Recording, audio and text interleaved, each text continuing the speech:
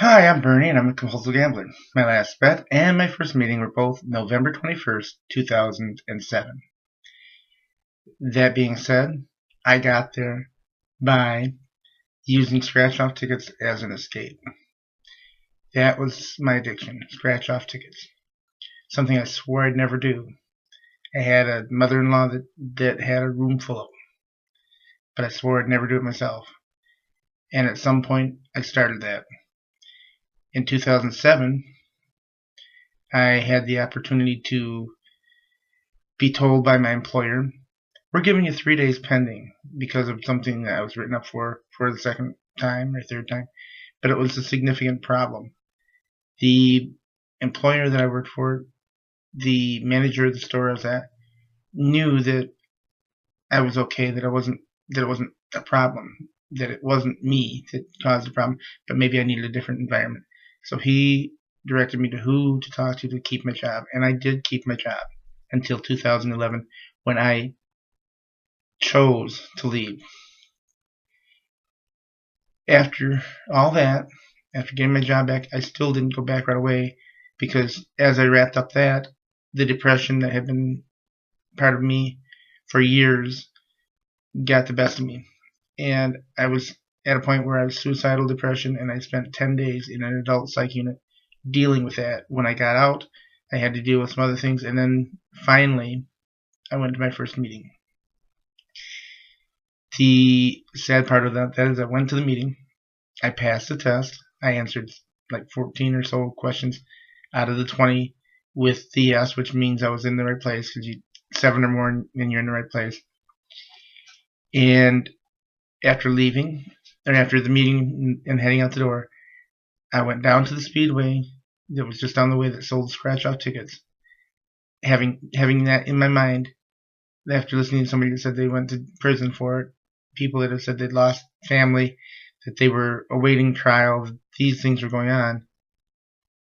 I went into that store, bought a ticket, and I said to myself as soon as I bought that ticket, that $1 ticket, I've got a problem. Listen to those stories. There's no way I can see that it isn't a problem if you can listen to those stories and walk in and buy a ticket. That was my watershed point for me. And my background, so that everybody's aware, is I'm a bachelor level social worker with a minor in psychology, and I started out my college career trying to go into the ministry. Well, I was not meant to be in that ministry. I chose to take a different path in the end. I studied world religions during that time. I'm coming to you representing Standtallrecoveryservices, which I founded, and it's my desire to see it grow into a situation where there's treatment for family, friends, relatives, and the community to understand what compulsive gambling is. I also, as a result, wrote a book called How to Win as a High Roller While Losing Your Shirt. And I looked at that and I said, that's the real kicker for you. How can you gamble? How can you be a high roller and not see that you're doing something that's harmful to yourself? So, while losing your shirt, for me, was the shirt of denial. Compulsive gamblers often will go into their place of choice with a set amount of money and they'll either come out with that same amount of money or they will have lost it. If they've lost it all, they won't tell you anything about it. If they win big and they come out with more than they went in with, say they go up $200, then you'll hear about it. And if you ask them and they came out with the same $20 that they went in with, what they'll tell you is they broke even if at one point during that 3-4 hour time they were in there that they got up as much as $1,000 on top of that $20. So they'd be $1,020, come out at the end of it with $20 or nothing, and say they broke even.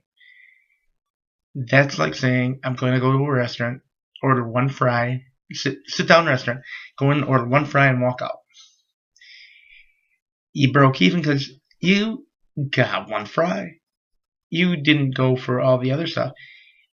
So my thought is, you go in for one fry and you're not seeing the environment. But if you're going to a sit-down restaurant, you're going for the environment, the opportunity for a waitress or waiter to wait on you, for the food to be brought to you, for you to enjoy the food with who you're with if you're there. If not, then the music and other things around you. The other comparison I give you to breaking even is, if you took a job for 2 months and you didn't get paid a penny for it, nothing, no check, nothing, but you had $2 when you came in and you had $2 when you came out, would you say you broke even? Compulsive gamblers would. Trying to give some good things there. The faith-based back of it, actually in the Bible there are plenty of examples of gambling. The one that comes to mind most, and I want to kind of point it out to you, is when there's somebody running away from a thing that God told him to do. And we're talking about Jonah, who was told to go to Nineveh, and he decided not to. He got on a boat, heading in the opposite direction. They gambled, i.e. drew lots, to see who the problem was. Jonah won. Guess what? And this is one to think about. Jonah got thrown into the water, got swallowed by a whale, and lived in the belly of a fish. Now that's winning, right? That's winning. You get thrown out of a ship and put in a whale. Okay. There's things like that happen to people. You hear stories of people that have committed suicide in church parking lots or in casino parking lots, and that's what they see. There are 2 states in the United States that don't allow gambling, which I find kind of humorous, because one of them is Hawaii, which, to me, why would you want to gamble in Hawaii? Because you've got these nice, beautiful beaches, you got all these events going on. It's warm, it's enjoyable there all the time, or most of the time. However, think about it. If you're on the beach, you're in the water, and they call the sharks in the water. Okay, you're gonna get out of the water, right? Now, if the volcano's going off, you're getting out of the water, and the volcano's going off, and you've heard of out of the fire and into the out of the frying pan into the fire. Think about that one. You're out swimming. There's sharks out there, so you're told to come in. You're coming in. The volcano's going off, and the lava's coming down, and you're at a beautiful island. Boy, that's an awful lot of risk, isn't it? Just a side set on that one. But the other state is Utah, and Utah doesn't allow it because of their faith-based background. The government in Utah was founded on Mormon beliefs.